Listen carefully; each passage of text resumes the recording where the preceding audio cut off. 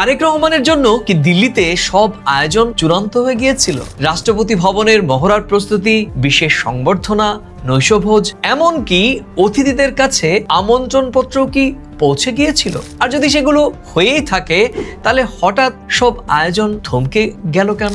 1 ঘন্টার মধ্যে press note তুলে নিয়ে ঢাকাকে দিল্লি ঠিক কি বার্তা দিতে চাইলো? ঢাকা কি শেষ মুহূর্তে সত্যিই বেঁকে বসলো, নাকি শেখ হাসিনাকে নিয়ে এমন কোনো নতুন কঠিন শর্ত এলো যেখানে আর এক পাও এগোতে পারলো না নয়াদিল্লি? আনন্দবাজার, প্রথম আলো থেকে ইন্ডিয়ান এক্সপ্রেস, হিন্দুস্তান টাইমস সবাই খবর করছে, কিন্তু কারো খবরের সঙ্গে কারো খবরের পুরোপুরি মিল খুঁজে পাওয়া যাচ্ছে না। তারেক রহমান কি সত্যি দিল্লি আসছেন, নাকি প্রায় ঠিক হয়ে যাওয়া সফর শেষ মুহূর্তে বাতিল হয়ে গেল? আর যদি থেমেই গিয়ে থাকে, সেই সিদ্ধান্ত কে নিল? আজ সেই রহস্যের ভেতরে আমরা ঢুকবো আর চেষ্টা করব 3টি প্রশ্নের উত্তর খুঁজে আনা। সেগুলো কি? ভারত ও বাংলাদেশের গণমাধ্যম ঠিক কি বলছে? দিল্লিতে তারেক রহমানের সফরের আয়োজন কত দূর এগিয়েছিল? আর এমন কি ঘটলো যার জন্য রাষ্ট্রপতি ভবনকে নিজের ঘোষণায় ফিরিয়ে নিতে হলো? আর শেষের দিকে একটি জায়গায় আপনাদের মিল দেখানোর চেষ্টা করব। সেগুলো কি? দিল্লির মুখের কথা আর দিল্লির প্রস্তুতি দুটো কি একই কথা বলছে? প্রিয় দর্শক, আপনারা দেখছেন প্রথম কলকাতা। প্রথম কলকাতার বিশ্লেষণ ভিত্তিক অনুষ্ঠান, প্রাসঙ্গিক প্রসঙ্গে প্রতিদিনকার মতো আমি সুব্রত আচার্য। চলুন তাহলে আজকের বিশ্লেষণ শুরু করা যাক। প্রথমে এই ঘটনাটি বের করার চেষ্টা করব খুঁজে, যে একটি ঘটনা কিন্তু এত রকম খবর প্রকাশ্যে আসছে কেন। প্রথমেই বলবো, এই প্রেস নোট জারি এবং 1 ঘন্টার মধ্যে তা প্রত্যাহারের ঘটনা আপনারা তো ইতিমধ্যে সবাই জেনে গিয়েছেন, তাই সেই খবর আর নতুন করে আপনাদের সামনে বলবো না, বরং দেখানোর চেষ্টা করব এই ঘটনার পর ভারত বাংলাদেশের বড় বড় গণমাধ্যম ঠিক কি লিখেছে, কারণ সেখানেই দিল্লির ভেতরের ছবিটা একটু একটু করে ধরা পড়েছে। প্রথমে বলবো আনন্দবাজার কি বলছে। 22 আগস্ট আনন্দবাজার পত্রিকার শিরোনাম, তারেক সফর নিয়ে চূড়ান্ত বিভ্রান্তি দিল্লিতে। প্রতিবেদনটিতে বলা হয়েছে, তারেক রহমানের সফর এখন রহস্য, রোমাঞ্চ এবং ধোঁয়াশার ভরে গিয়েছে। রাষ্ট্রপতি ভবন প্রথমে জানালো বাংলাদেশের প্রধানমন্ত্রীকে স্বাগত জানানোর পূর্ণ মহড়া তৈরি হয়ে গিয়েছে, আর সে কারণেই 22 আগস্টের চেঞ্জ অফ গার্ড অনুষ্ঠান রাখা হচ্ছে না। তারপরেই বিজ্ঞপ্তি তুলে নেওয়া হলো। বিদেশ মন্ত্রক বলল আগের খবরটি ঠিক নয়, কিন্তু ভুলটা কার, কেন হলো, এর কোনো জবাব মিলল না। আনন্দবাজার পত্রিকা আরো একটি দিক সামনে এনেছে প্রিয় দর্শক। সেটি কি? বাংলাদেশের জামায়াত ইসলামী এবং এনসিপির মতো দল ভারতের পাশে থাকা নিয়ে তারেক রহমানের ওপর চাপ বাড়াচ্ছে। শেখ হাসিনা ভারতে থাকায় দিল্লি সফর তার জন্য বাংলাদেশের ঘরোয়া রাজনীতিতেও কঠিন বিষয় হয়ে উঠেছে। প্রথম আলো কি লিখেছে? প্রথম আলো সরাসরি প্রশ্ন তুলেছে, তারেক রহমানের ভারত সফর কি অনিশ্চিত হয়ে পড়ল? তাদের খবর বলছে, ব্রিক্স সম্মেলনের আগেই তারেক রহমান দ্বিপাক্ষিক সফরে দিল্লিতে আসতে পারেন এমন আলোচনা চলছিল, কিন্তু শেখ হাসিনা ভারতে থেকেই রাজনৈতিক বক্তব্য দেওয়ার পর ঢাকার আপত্তি আরও তীব্র হয়। ঢাকা চায় হাসিনার ভবিষ্যৎ আচরণ নিয়ে ভারত কিছু নিশ্চয়তা দিক, তার প্রত্যর্পণ নিয়েও জবাব দিক। প্রথম আলো তাদের ঢাকার কূটনৈতিক সূত্রের উদ্ধৃত করে বলেছে, সফরের আয়োজন করার কোনো নির্দেশ তাদের কাছে ছিল না। আবার সরকারের অন্য সূত্র বলছে, 2 দেশের রাজনৈতিক স্তরে কথা চলছিল। আচ্ছা দর্শক, এখানেই তো বড় প্রশ্ন, তাই না?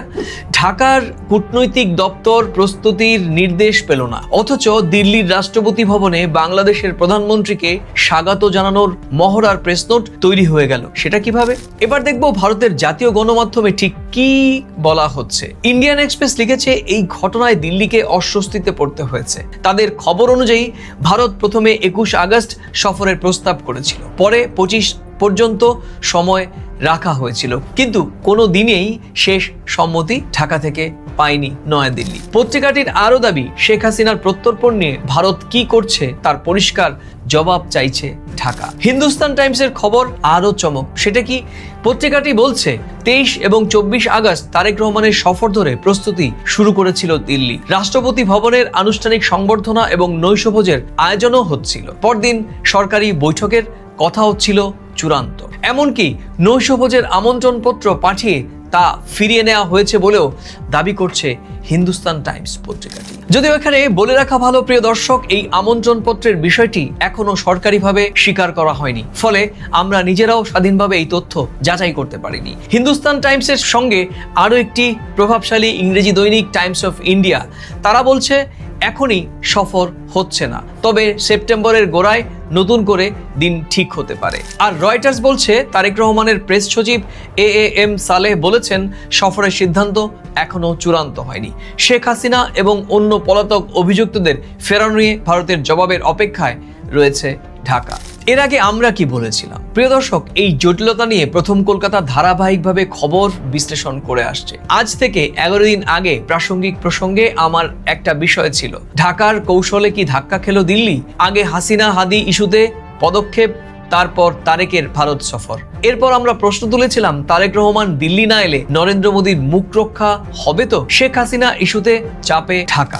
ভিডিও দুটোর লিংক এই ভিডিওর বিবরণেই থাকবে এবং মন্তব্যের ঘরেও জুড়ে দেয়া হবে। আর সেই বিশ্লেষণে যে চাপের কথা বলেছিলাম, রাষ্ট্রপতি ভবনের বিজ্ঞপ্তি বিতর্কে সেই চাপই আরো প্রকাশ্যে নিয়ে এলো। এবার বলবো আসলে কোথায় আটকে যাচ্ছে গোটা প্রক্রিয়াটি। ভারত তারেক রহমানকে আমন্ত্রণ জানিয়েছিল, দিল্লিতে আয়োজনও শুরু হয়েছিল বলে একাধিক ভারতীয় গণমাধ্যম দাবি করছে। ঢাকাও সফরের দরজা পুরোপুরি বন্ধ করেনি, কিন্তু ঢাকা বলছে শেখ হাসিনার প্রত্যর্পণ, ভারত থেকে তার রাজনৈতিক তৎপরতা এবং হাদি হত্যা মামলার অভিযুক্তদের ফেরানো নিয়ে আগে দৃশ্যমান পদক্ষেপ নিক দিল্লি। ভারত আবার এসব প্রশ্ন সফরের আলোচনার টেবিলে তুলতে চায়। সোজা কথায় দিল্লি চাইছে তারেক আগে আসুন, তারপর কথা হোক। ঢাকা চাইছে আগে কিছু করে দেখাক দিল্লি, এরপর সফর হবে। তবে এখন বলবো, এই বিজ্ঞপ্তি প্রত্যাহারের ভুলটি কি শুধুই দপ্তরের? দেখুন, এই যুক্তিটিও একেবারে ফেলে দেয়া যাবে না, কারণ সফর চূড়ান্ত হওয়ার আগেই তৈরি রাখা কোনো প্রেস নোট ভুল করে প্রকাশিত হতেই পারে। কিন্তু একটি ভুল প্রেস নোটের সঙ্গে সংবর্ধনা, নৈশভোজ, সরকারি বৈঠক এবং আমন্ত্রণপত্রের খবরও যখন যোগ হচ্ছে, তখন সন্দেহ আরও বেড়ে যায়। এবার বলবো সাধারণ মানুষ কিভাবে দেখছেন। দেখুন প্রিয় দর্শক, বাংলাদেশের মানুষ দেখছেন ঢাকা বলছে সফর ঠিক হয়নি, অথচ দিল্লি মহড়ার প্রস্তুতি নিয়ে ফেলেছিল। ভারতের মানুষ দেখছেন দিল্লি তারেক রহমানকে আনতে চাইছে, কিন্তু ঢাকা হাসিনা প্রশ্নে ঠিক আগে জবাব চাইছে। ফলে সম্পর্কের আসল খবরের চেয়ে কে কাকে আটকালো সেই আলোচনা এখন বড় হচ্ছে। দুই দেশের সম্পর্কের জন্য এই ছবি মোটেও স্বস্তির নয় প্রিয় দর্শক। এবার বিশ্লেষণের শুরুতে যে জায়গাটি নিয়ে কথা বলেছিলাম, চলুন সেই জায়গাতে নিয়ে যাওয়া যাক। দিল্লির বিদেশ মন্ত্রক বলছে জানানোর মতো নতুন কোনো খবর নেই। ঢাকা বলছে সফরের সিদ্ধান্ত এখনো চূড়ান্ত হয়নি, কিন্তু রাষ্ট্রপতি ভবন লিখেছিল বাংলাদেশের প্রধানমন্ত্রীকে স্বাগত জানানোর পূর্ণ মহড়া হবে। তার মানে কোন কথাটা ঠিক? সফর ঠিকই হয়নি, নাকি প্রায় ঠিক হওয়ার পর কোথাও হিসেবটা বদলে গেল?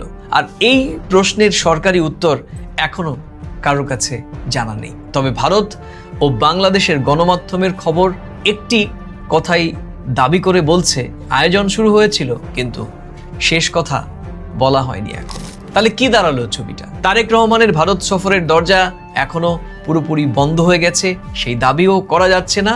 আবার অন্যদিকে আগামী 23 এবং 24-এ সম্ভাব্য আয়োজন হচ্ছে, সেটিও বলা যাচ্ছে না। এবার নজর থাকবে ভারত শেখ হাসিনার প্রত্যর্পণ নিয়ে ঠিক কি বলে, আর সফরের নতুন দিন আদৌ ঘোষণা করা হয় কিনা। প্রিয় দর্শক, বরাবরের মতো শেষ প্রশ্নটি আপনাদের কাছে থাকবে, তারেক রহমানকে দিল্লিতে আনার জন্য ভারত আগে হাসিনা প্রশ্নে কিছু করবে, নাকি এই একটি প্রশ্নে আরো পিছিয়ে যাবে এই বহু প্রতীক্ষিত তারেক রহমানের সফরটি?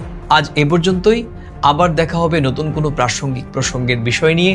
ততক্ষণ ভালো থাকুন, সুস্থ থাকুন, সবাই নিরাপদে থাকুন। আর এই বিশ্লেষণের কোন অংশের সঙ্গে আপনি সহমত বা কোন অংশের সঙ্গে আপনি ভিন্নমত, বা পুরো আলোচনা বা বিশ্লেষণের সঙ্গে আপনি সহমত বা ভিন্নমত হতেই পারেন, আপনার মূল্যবান মন্তব্যের কলামে লিখে জানাতে ভুলবেন না। আর ভিডিওটি ভালো লাগলে যথারীতি নিজেদের মাঝে শেয়ার করে দেবেন। নমস্কার।